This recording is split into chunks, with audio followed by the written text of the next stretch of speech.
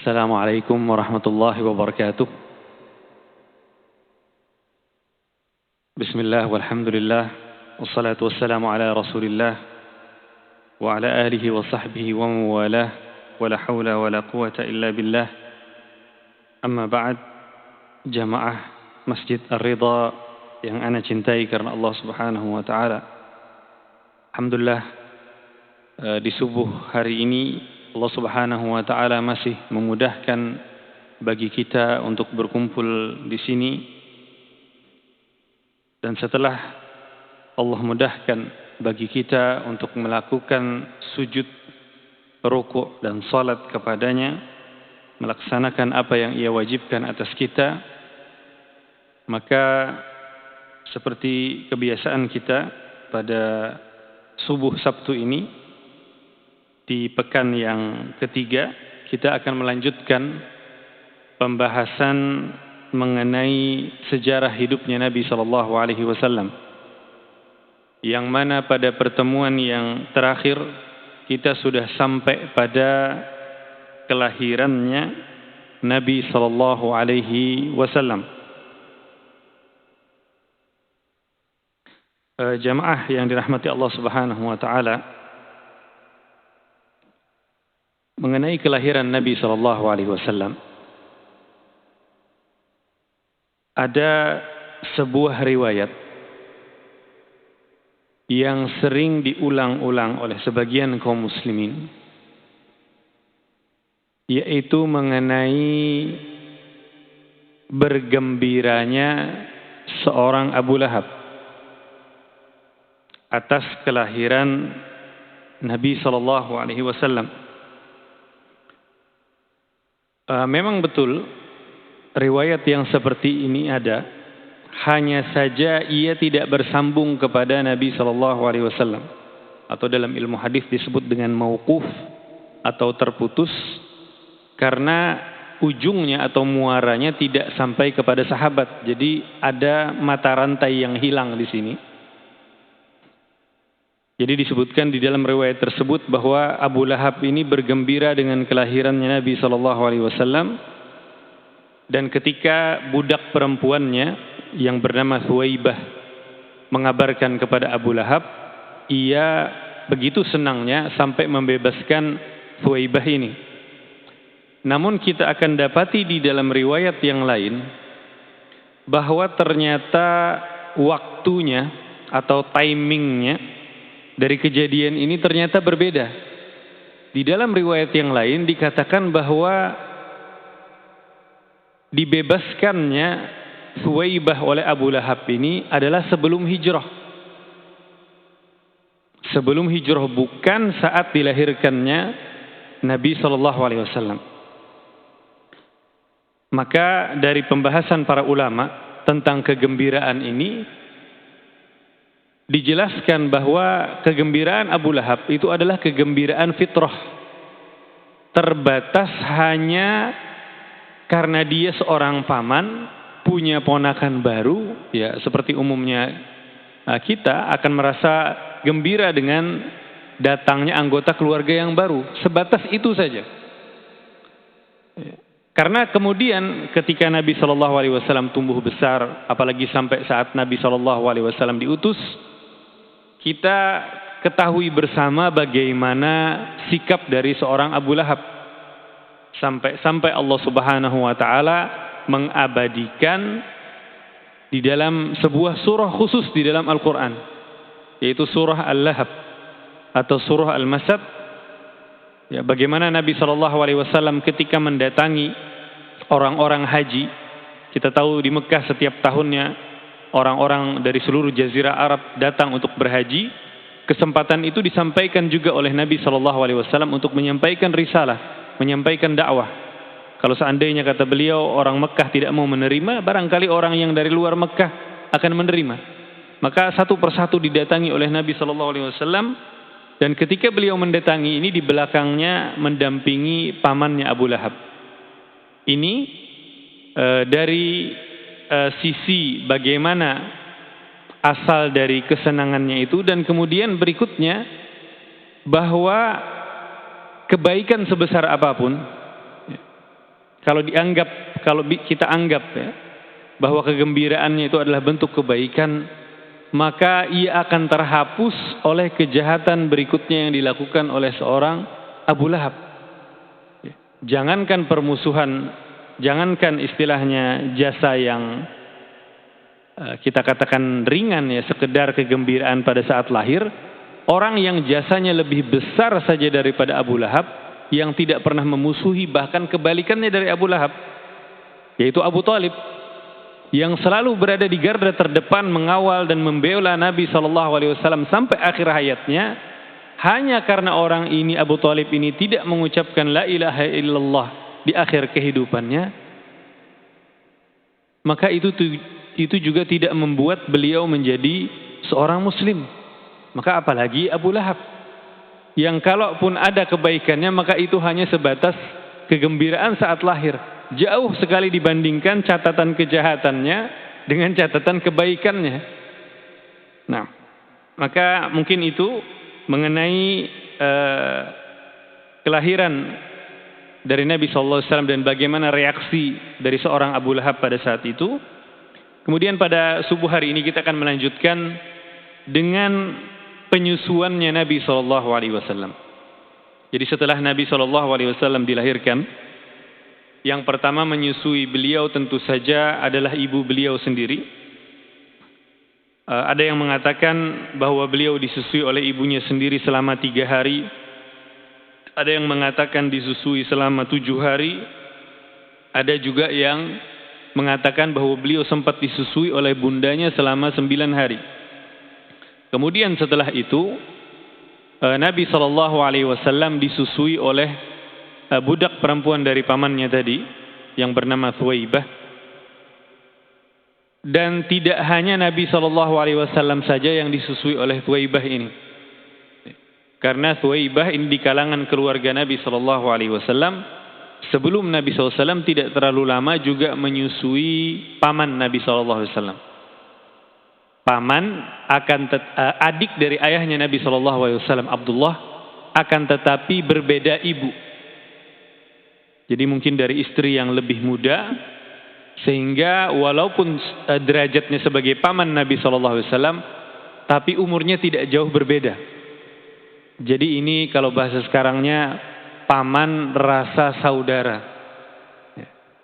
Statusnya paman tapi rasanya seperti saudara karena umurnya tidak jauh berbeda, yaitu Hamzah bin Abdul Muttalib. Ya, Hamzah bin Abdul Muttalib ini adalah adiknya Abdullah dari satu ayah tapi beda ibu. Maka dari sini kita melihat bagaimana Nabi SAW punya kedekatan yang khusus sekali dengan Hamzah. Karena selain Hamzah ini adalah paman beliau, Hamzah juga adalah saudara sesusu beliau. Sehingga ketika suatu saat di Madinah ada yang menanyakan kepada Nabi SAW apakah beliau akan menikahi putrinya Hamzah, ya. Maka kata Nabi SAW, dia tidak halal untuk saya karena dia adalah anak saudara sesusu saya. Seandainya Hamzah ini adalah paman atau bukan saudara sesusu, maka mungkin masih diperbolehkan, ya, karena jatuhnya adalah sepupu. Ya, anak paman, sepupu itu bukan mahram, dibolehkan untuk menikah.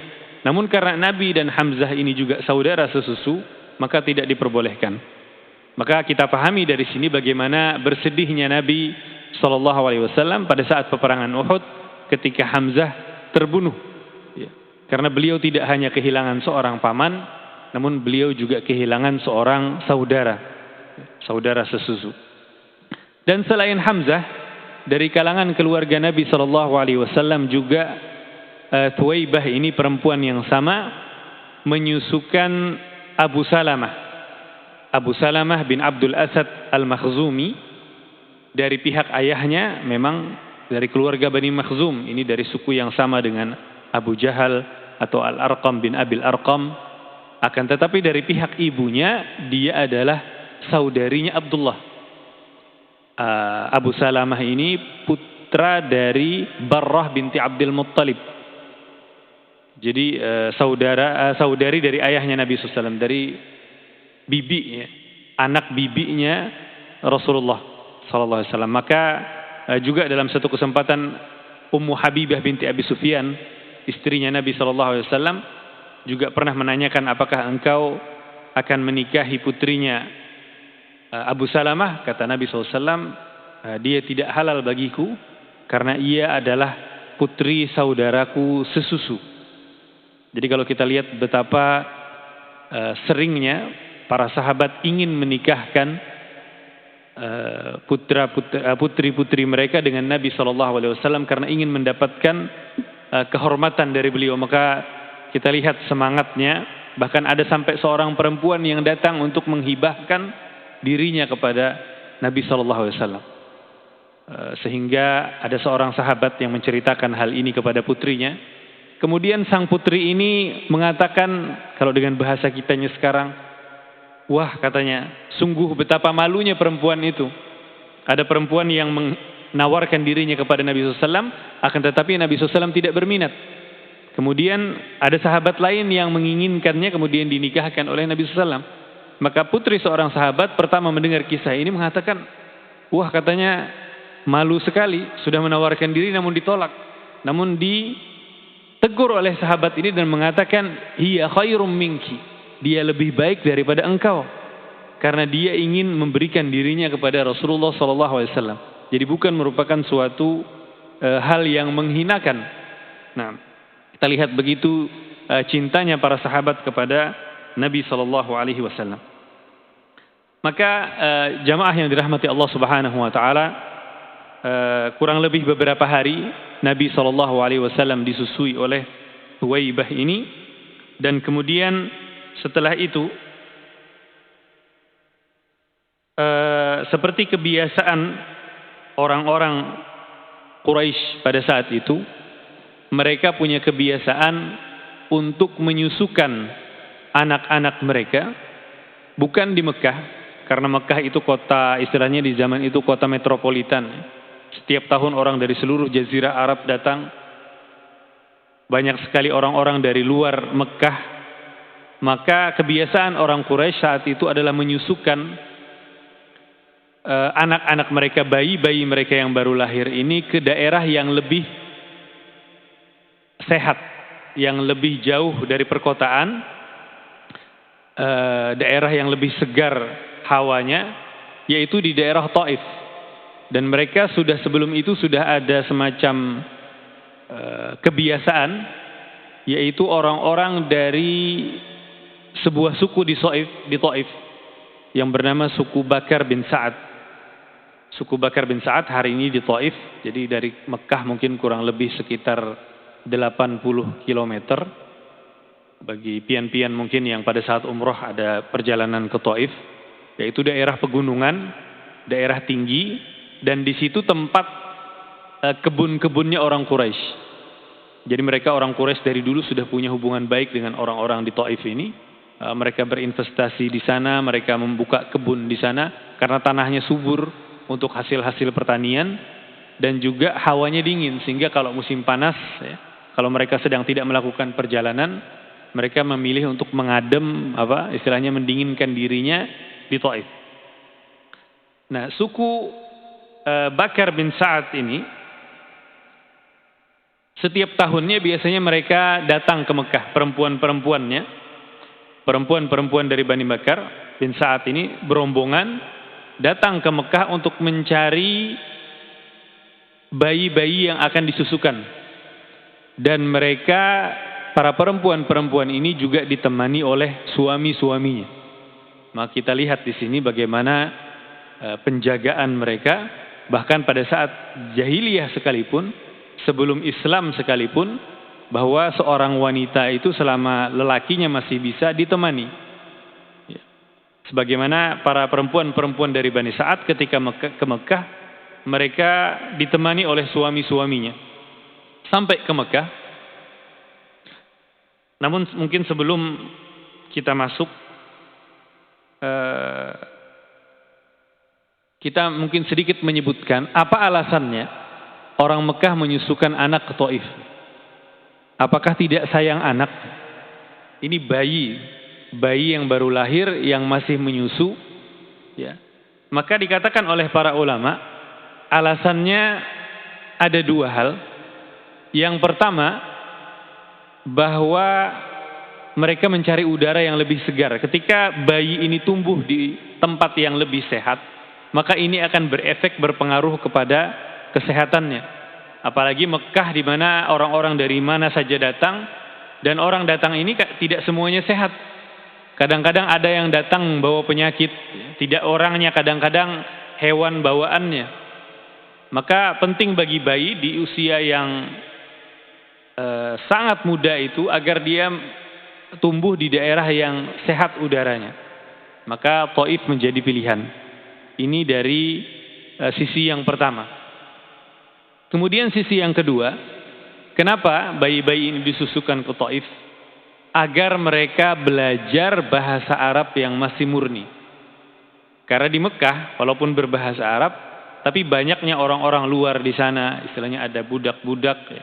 Maka ini mempengaruhi sedikit banyak orang-orang luar ini akan memasukkan kata-katanya ke dalam bahasa Arab. Maka agar bayi ini tumbuh dengan bahasa Arab yang betul-betul murni, maka mereka pun dikirimkan ke Taif untuk belajar bahasa. Nah, ini pentingnya pendidikan sejak usia dini. Jadi sekilas mungkin seakan-akan tidak sayang anak, namun di sisi lain justru saking sayangnya ingin agar anak ini mendapatkan yang terbaik. Seorang orang tua kadang-kadang harus mengorbankan anaknya ya, untuk beberapa saat dia terpisah dengan anaknya demi pendidikan dan kesehatan yang lebih baik. Ya, maka mungkin hari ini ada sebagian dari kaum muslimin misalkan ada kemiripan dalam sisi ini mungkin dengan pesantren. Ya.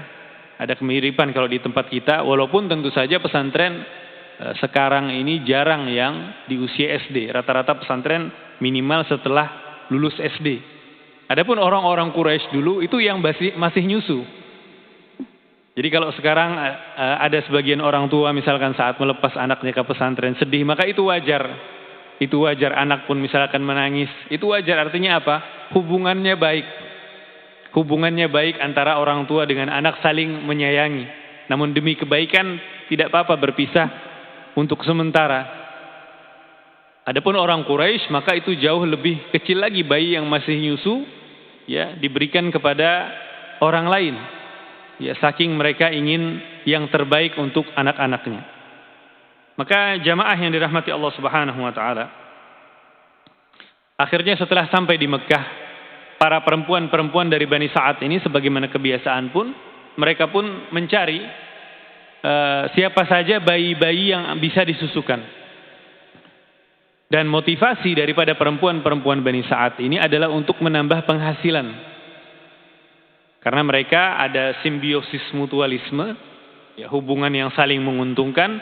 Orang-orang Quraisy memerlukan perempuan-perempuan ini agar merawat anak mereka, menyusukan anak mereka. Dan sebaliknya perempuan dari Bani Sa'ad ini mendapatkan upah dari sana. Nah, ketika datang ke Mekah, Nabi SAW pada saat itu termasuk di antara bayi-bayi yang ditawarkan. Namun tidak ada yang mau. Kenapa? Karena motivasi dari mereka adalah upahnya. Sedangkan dikatakan, disebutkan bahwa bayi ini yatim. Nabi Muhammad SAW lahir, ayah beliau sudah tidak ada. Jadi para ibu-ibu penyusu ini mengatakan, terus siapa yang mau bayar? Takutnya nanti kami nggak dibayar kalau menyusukan bayi ini. Ayahnya nggak ada, siapa yang menanggung biayanya? Maka tidak ada yang mau. Ya. Sampai akhirnya satu persatu, bahkan Halimah sekalipun yang nanti akhirnya akan menyusukan Nabi SAW, di awalnya Halimah ini juga tidak mau, tidak mengambil Nabi SAW, tidak mengambil beliau karena tahu ini anak yatim. Jadi dari sini juga kita dapati apa? Kejujurannya mereka. Ya. Mereka jujur mengatakan bayi ini yatim. Padahal mungkin tahu saja kalau yatim nanti mungkin orang susah ngambilnya, tapi tetap dikatakan. Ya, tidak ingin memulai dengan suatu kebohongan. Sampai akhirnya setelah semua perempuan dari Bani Sa'ad, rombongannya si Halimah ini, semuanya sudah mendapatkan bayinya masing-masing, hanya tersisa satu bayi saja. Dan Halimah saja sendiri yang belum mendapatkan bayi. Maka akhirnya setelah berkonsultasi dengan suaminya, suaminya ini dikenal dengan nama Abu Kabsyah. Dikenal dengan nama Abu Kabsyah. Dan sampai saat Nabi SAW diutus, pada saat beliau berdakwah, orang-orang Quraisy kalau ingin mengejek Nabi SAW, mereka akan mengatakan beliau ibnu Abi Kabsyah. Ini anaknya Abu Kabsyah katanya. Karena Abu Kabsyah adalah ayah susu beliau. Ya. Pada saat mengejek beliau, mereka tidak mengatakan ini adalah anaknya Abdullah, ini adalah cucunya Abdul Muthalib. Tidak. Kenapa? Karena itu adalah nama-nama besar. Abdul Muthalib kalau untuk mengejek tidak pas, karena ini nama yang terhormat di kalangan masyarakat Quraisy saat itu.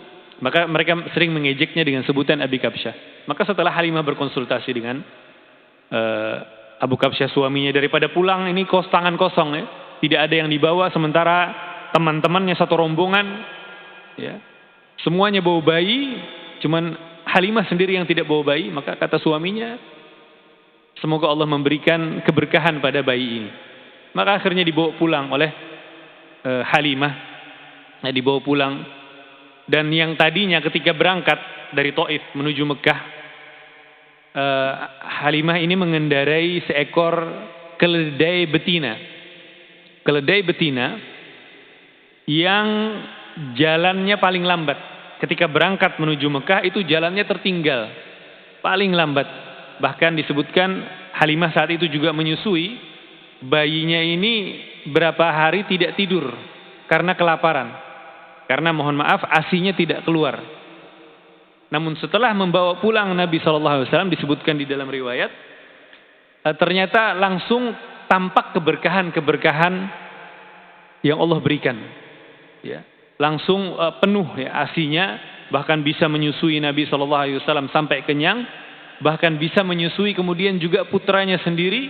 Halimah sampai kenyang, sampai tertidur saking kenyangnya. Ya. Maka dari sini ada pelajaran yang bisa kita petik. Terkadang sesuatu itu di awalnya tidak kita sukai. Terkadang sesuatu itu kita lihat, kita anggap buruk. Namun ternyata Allah menyimpan di situ kebaikan yang sangat banyak. Bagaimana Halimah yang di awalnya ya, tidak menghendaki Nabi SAW, bahkan setengah mungkin terpaksa.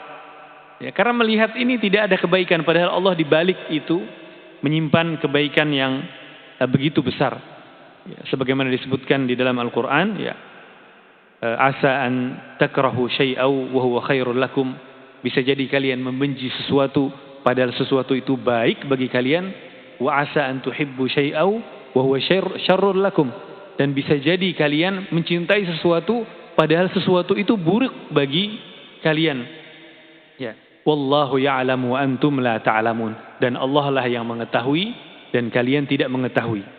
Dan kemudian di dalam ayat yang lain, di dalam surah An-Nisa, Allah Subhanahu wa taala juga mengatakan wa asa an takrahu syai'aw wa yaj'alallahu fihi khairan katsira, dan bisa jadi kalian membenci sesuatu padahal Allah menjadikan di dalamnya kebaikan yang banyak sekali. Maka pulanglah Halimah membawa Nabi SAW. Dan di dalam perjalanan pulang, kalau tadinya pada saat berangkat hewan tunggangannya ini terlambat terus, ketika dalam perjalanan pulang kembali menuju Taif, ternyata keadaannya berbalik 180 derajat. Bahkan sekarang jadi paling terdepan. Sehingga dikatakan teman-temannya satu rombongan ini sampai heran. Ini tunggangan yang kemarin atau jangan-jangan ganti ini? Bukan yang kemarin. Iya katanya ini yang kemarin juga. Ya, karena jauh sekali perbedaan, yang tadinya tertinggal sekarang jadi yang terdepan. Ya, bahkan setelah sampai di Taif, di perkampungan, ya, banyak sekali kebaikan-kebaikan yang didapati oleh Halimah, sehingga disebutkan kemana saja pada saat itu kambing-kambing mereka mencari makanan, maka pulangnya selalu dalam keadaan kenyang.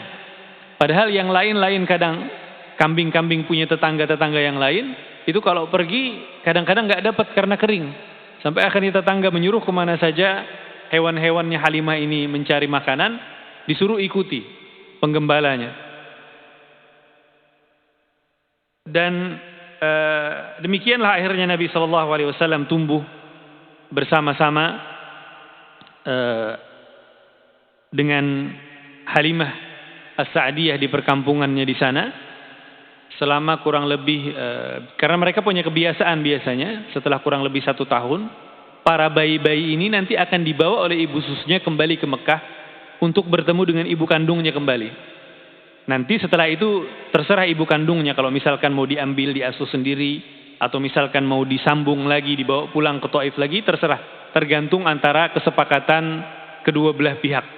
Maka Halimah bin As-Sa'diyah ketika akan membawa, ini sudah menyiapkan berbagai macam alasan, intinya membujuk ibunya Nabi SAW agar bagaimana caranya supaya bayi Muhammad ini tidak diambil lagi oleh ibunya, namun diizinkan untuk dibawa pulang lagi bersama Halimah. Kita lihat bagaimana yang awalnya tidak mau, karena daripada tangan kosong saja, ternyata akhirnya begitu menginginkan.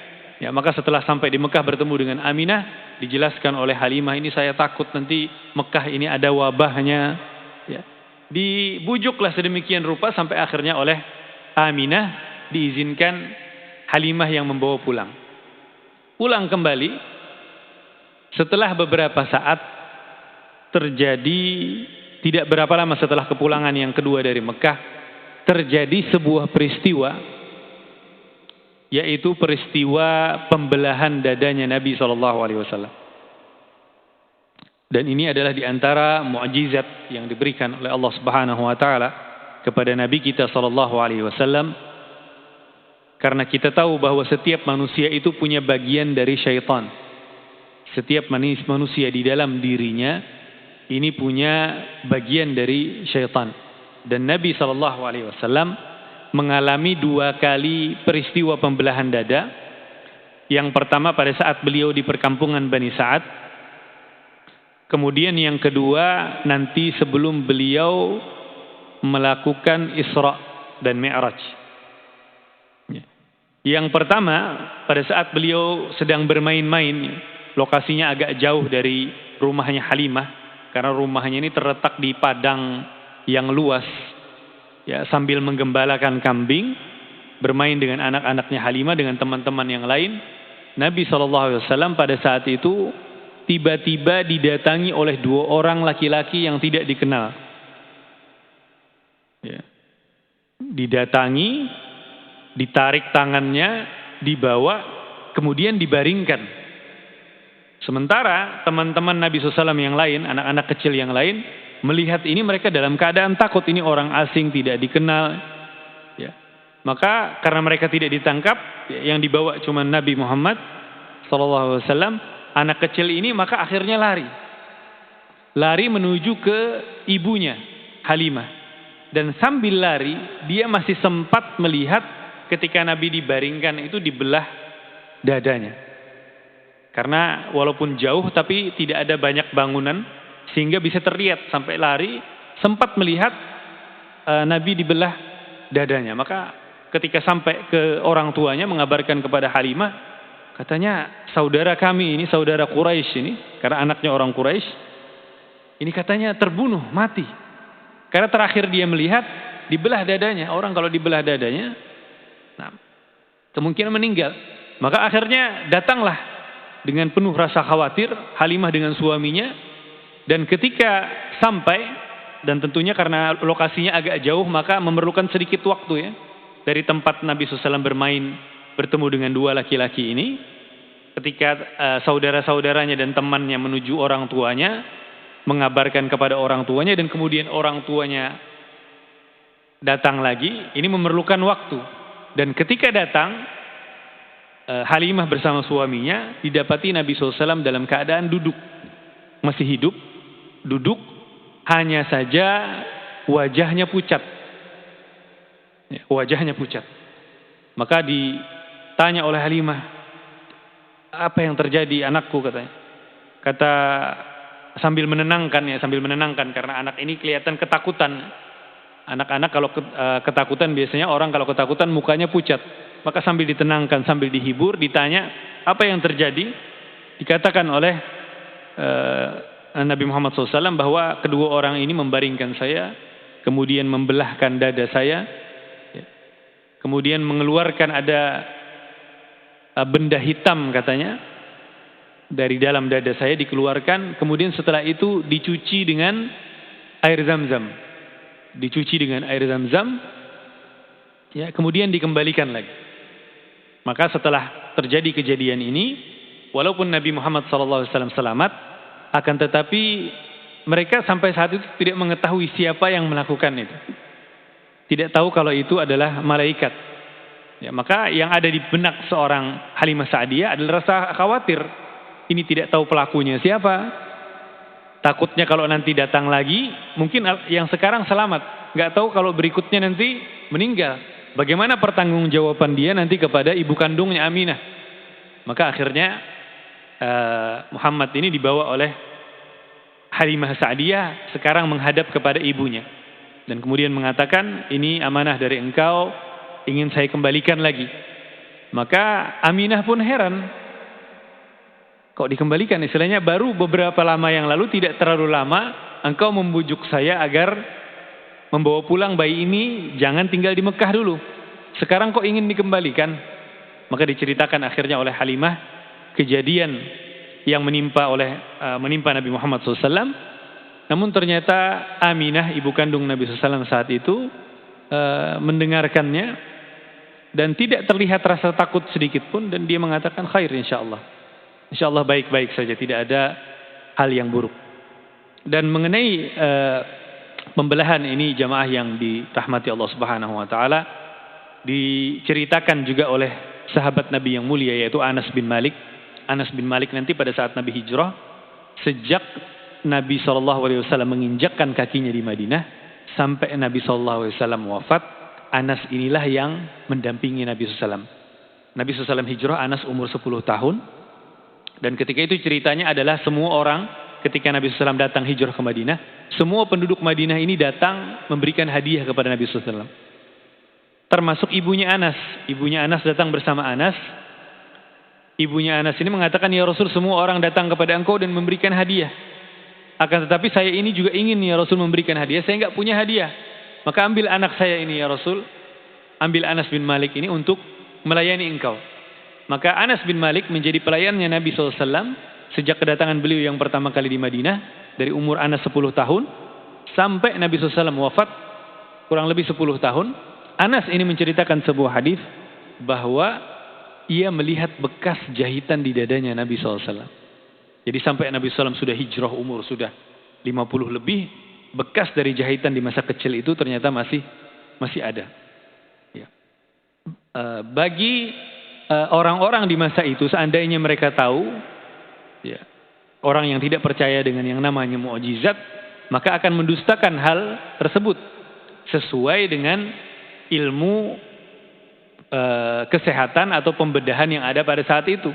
Akan tetapi di masa sekarang mungkin orang tidak akan terlalu heran lagi, karena kadang-kadang pembedahan ya, tidak memerlukan waktu yang terlalu lama, bisa pulih dalam waktu cepat.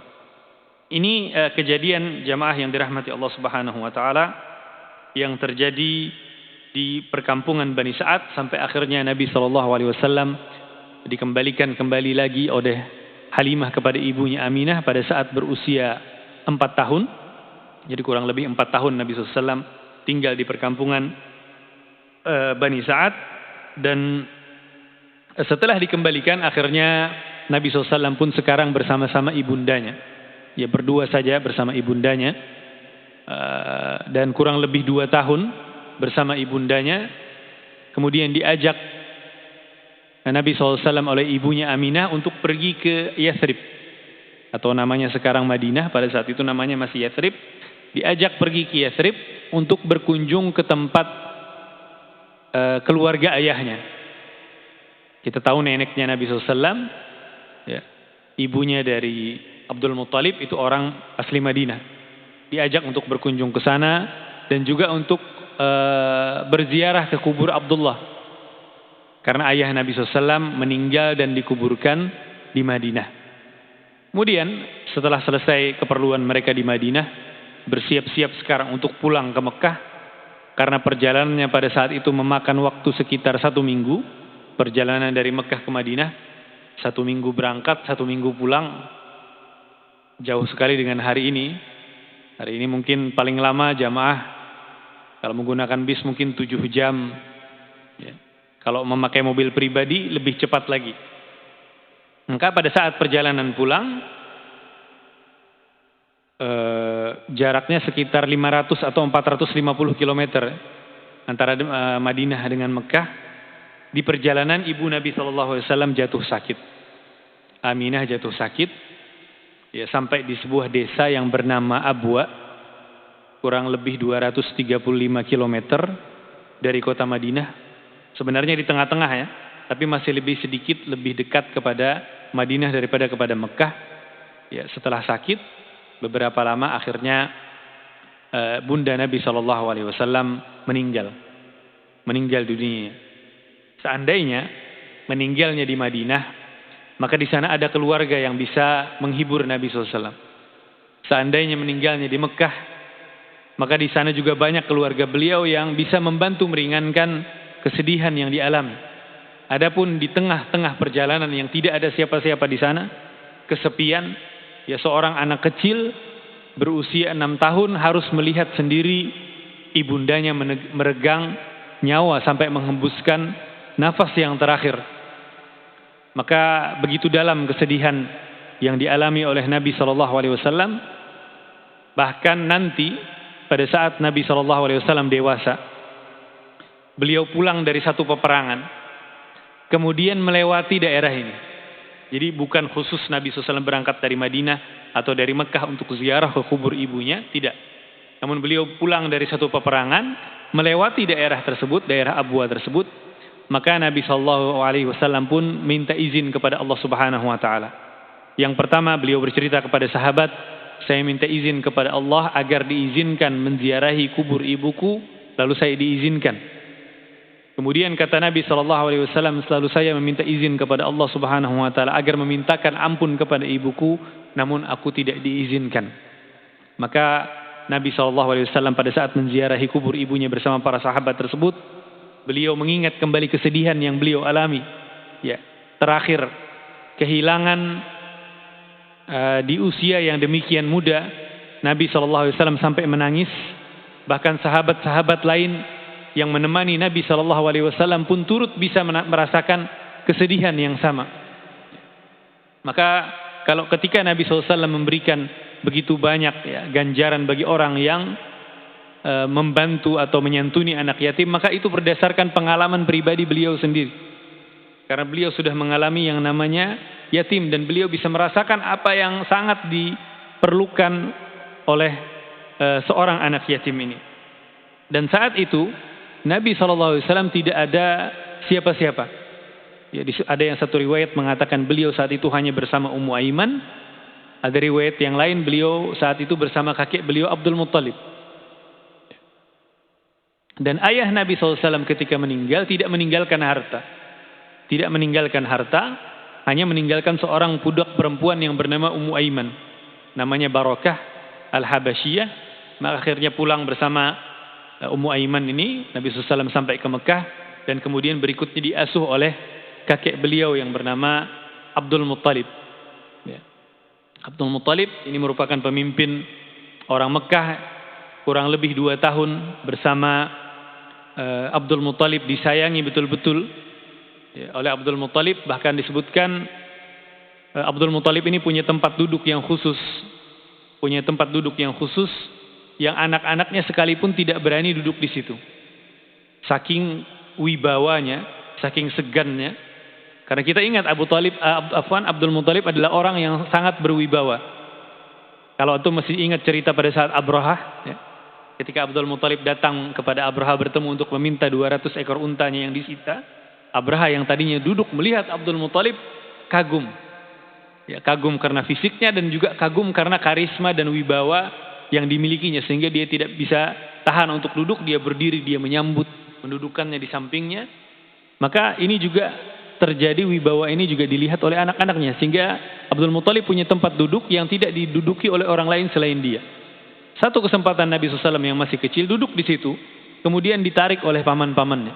Jangan duduk di sini, ini punya kakek, nggak boleh ada yang duduk di sini. Namun kemudian Abdul Muttalib saat itu ada dan melihat dan mengatakan biarkan. biarkan saja anak ini, karena saya melihat anak ini dia akan punya kelebihan, dia akan punya kehebatan nanti pada saat besar. Ya. Kurang lebih 2 tahun bersama kakeknya yang sudah tua, usianya kurang lebih 80 tahun, sampai akhirnya Abdul Muthalib pun meninggal.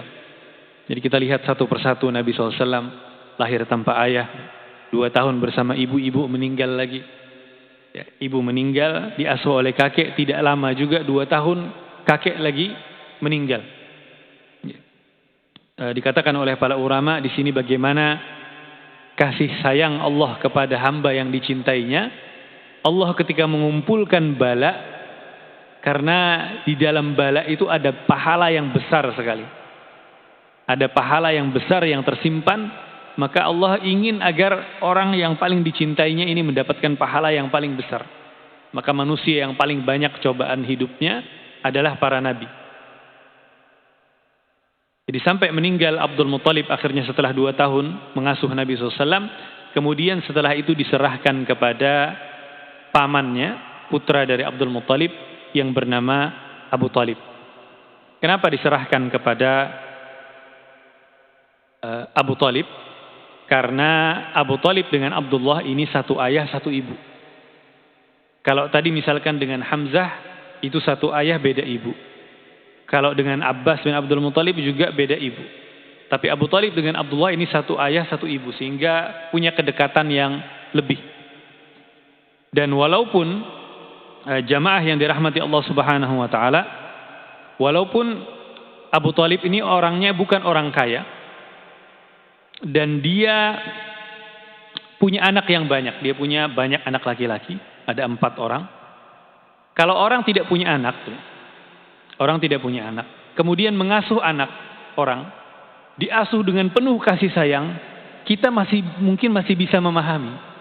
Oh, orang ini tidak punya anak, maka dia meluahkan kasih sayang yang dia miliki kepada anak yang dia asuh, walaupun itu bukan anak kandung. Kita bisa mengerti.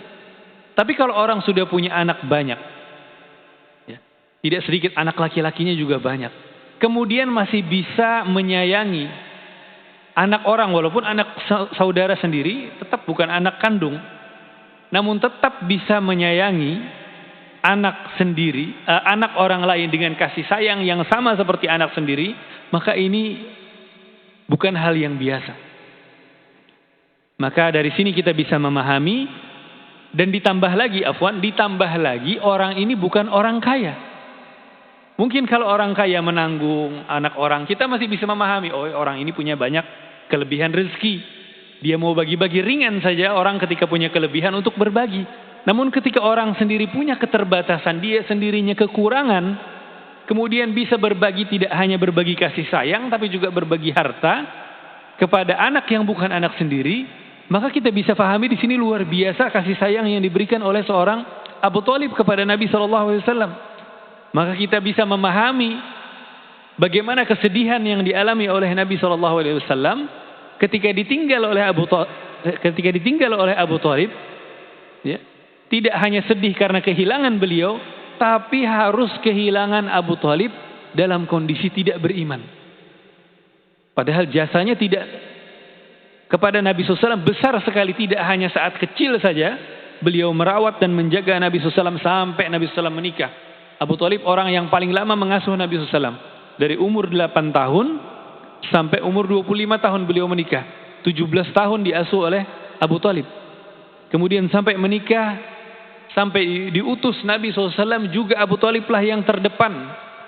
Ya, membela Nabi SAW sampai akhir hayatnya. Kemudian orang sebaik ini harus meninggal dalam kondisi tidak beriman, maka sungguh merupakan pukulan yang besar pukulan yang berat bagi seorang Nabi SAW. Nah, maka jamaah yang dirahmati Allah Subhanahu Wa Taala, mungkin ini yang bisa kita sampaikan pada kesempatan subuh hari ini, dan insya Allah pada pertemuan berikutnya kita akan lanjutkan kembali bagaimana kehidupan Nabi SAW, masa kecil Nabi SAW di bawah pengasuhan pamannya Abu Talib, sampai nanti Nabi SAW menikah. Karena biasanya kalau orang sudah menikah berkeluarga, maka sudah tidak lagi diasuh oleh ayah maupun orang tuanya. Taib. Mungkin ini yang Anda bisa sampaikan pada kesempatan pagi hari ini. Semoga yang sedikit ini bermanfaat. Kalau ada kebenaran maka itu datangnya dari Allah Subhanahu wa taala, dan kalau ada kesalahan maka datangnya dari diri kami pribadi, dan mohon dibukakan selebar-lebarnya pintu maaf. Dan akhirnya kita tutup dengan doa kafaratul majlis. Subhanakallahumma wa bihamdika asyhadu an la ilaha illa anta astaghfiruka wa atubu ilaik. Wassallallahu wasallam ala nabiyyina Muhammad. Wassalamualaikum warahmatullahi wabarakatuh.